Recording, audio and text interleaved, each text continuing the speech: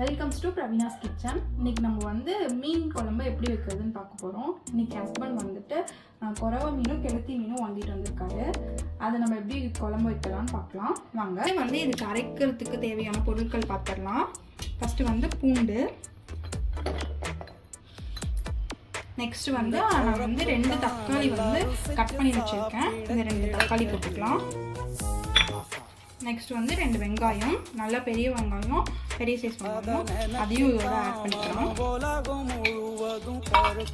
Next வந்து ஒரு தேங்காய், ஓகேவா, ஒரு தேங்காய் வந்து திருவி வச்சிருக்கேன், அதையும் இதோட ஆட் பண்ணிக்கலாம்.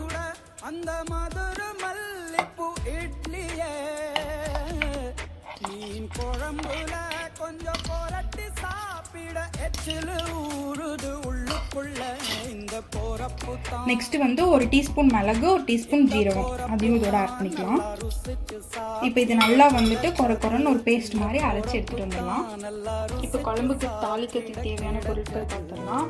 ஃபர்ஸ்ட் வந்து அரை டீஸ்பூன் வெந்தயம், அரை டீஸ்பூன் கடுகு எடுத்து வச்சுருக்கேன். நெக்ஸ்ட் வந்து கருவேப்பிலை, அடுத்து வந்து சின்ன வெங்காயம் உரிச்சு வச்சாச்சு, பூண்டு, அடுத்து வந்து ஒரு தக்காளி வந்து கட் பண்ணி வச்சுருக்கேன். அடுத்து வந்து ஒரு எலுமிச்சை சைஸ் புளி வந்து ஊற வச்சு வச்சுருக்கோம். தாளிச்சு விட போகிறோம். ஃபஸ்ட்டு ஸ்டவ் ஆன் பண்ணிட்டு எண்ணெய் வந்து ஊற்றிக்கலாம். எண்ணெய் வந்து கொஞ்சம் தாராளமாகவே நிறைய ஊற்றிக்கலாம். எண்ணெய் வந்து ஹீட் ஆகணும்.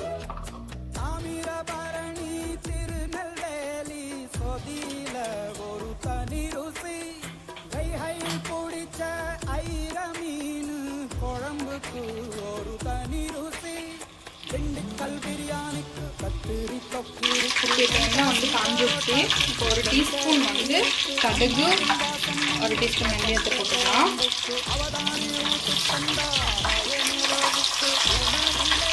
நெக்ஸ்ட் வந்து கடுகும் வெந்தயமும் நல்லா பொரிஞ்ச பிறகு நம்ம கருவேப்பிலை வச்சுருக்கோம், அதை ஆட் பண்ணிக்கலாம்.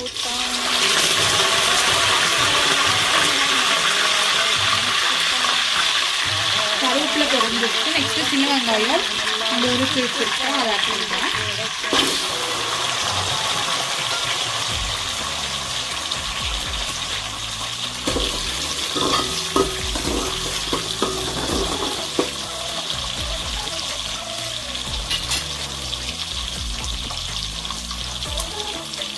இப்போ வெங்காயம் வந்து கொஞ்சம் நல்லா வதங்கி வரட்டும். நெக்ஸ்ட் வெங்காயம் வந்து கொஞ்சம் வதங்கிடுச்சு. நெக்ஸ்ட் பூண்டு போட்டுக்கலாம்.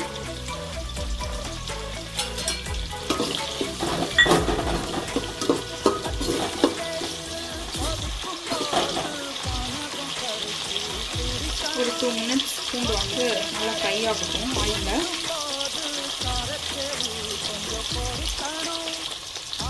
இப்போ வெங்காயம் பூண்டு நல்லா ஃப்ரை ஆச்சு. நெக்ஸ்ட்டு ஒரு தக்காளி கட் பண்ணி வச்சுருக்கிறத ஆட் பண்ணிக்கலாம்.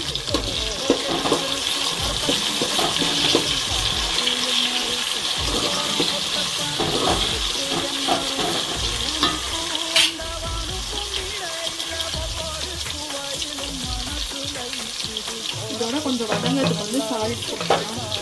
கல்லுப்பு வந்து அரைச்சிக்கலாம். சால்ட் வந்து கடைசியாக வந்து பத்தாது.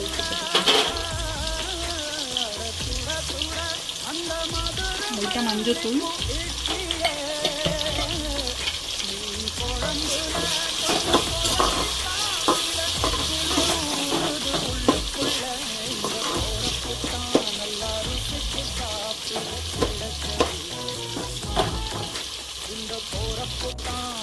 இது நல்லா வதங்கட்டும். அந்த எண்ணெயிலே வந்து வெங்காயம், பூண்டு, தக்காளி எல்லாம் வந்து நல்லா ஃப்ரை ஆகட்டும்.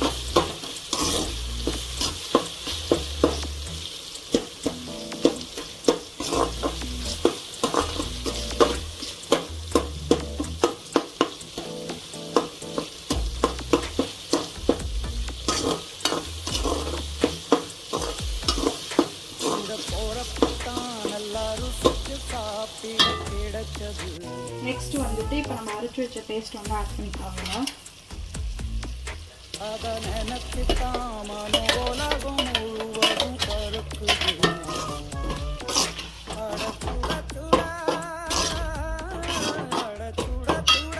அந்த மதுர மல்லிப்பூ இட்லியே இப்போ இந்த மசாலா போட்டாச்சு. இது வந்து நல்லா ஒரு 5 மினிட்ஸ் வந்துட்டு வதக்கிட்டு கொஞ்சம் ஆயில் வந்து பிரிஞ்சு வரைக்கும் நம்ம வெயிட் பண்ணலாம்.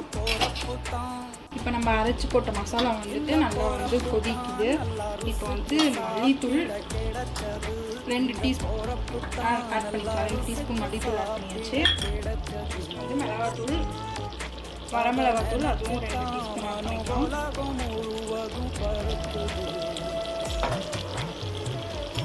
நல்லா மிக்ஸ் பண்ணிவிட்டு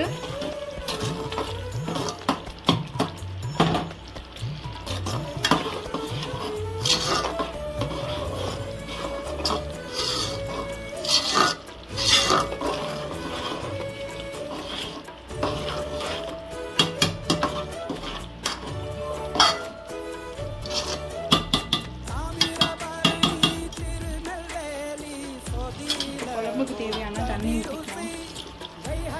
உங்களுக்கு எவ்வளோ குழம்பு வேணுமோ அந்த அளவுக்கு வந்து தண்ணி ஊற்றிக்கலாம். இப்போ வந்து குழம்பு வந்து நல்லா கொதிக்குது. இப்போ வந்து புளி ஆட் பண்ணிக்கலாம். நம்ம புளி வந்து கரைச்சி வச்சுருக்கோம், அதை ஆட் பண்ணிக்கலாம்.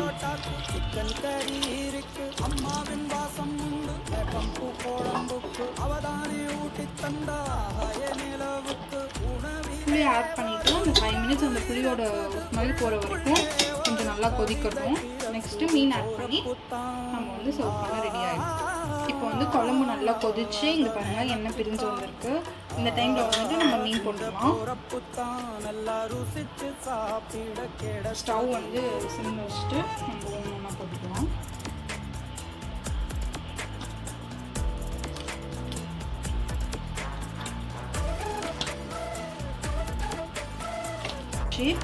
இப்போ வந்து மீன் போட்டு 10 மினிட்ஸ் கரெக்டாக டைம் வச்சுக்கோங்க. டைம் பார்த்து 10 மினிட்ஸ் கழிச்சு ஸ்டவ் வந்து ஆஃப் பண்ணிடலாம். இப்போ வந்து மீன் போட்டாச்சு. மீன் போட்டு கரெக்டாக டைம் நோட் பண்ணிக்கோங்க. 10 மினிட்ஸ் கழிச்சு ஆஃப் பண்ணிடுங்க.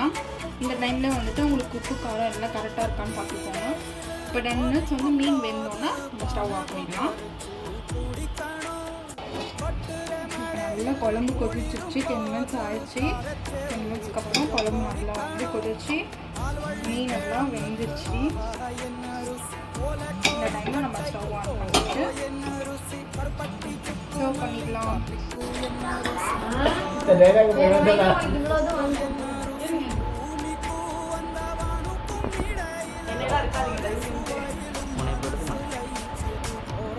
இதுக்கு தான் பட்ஜெட்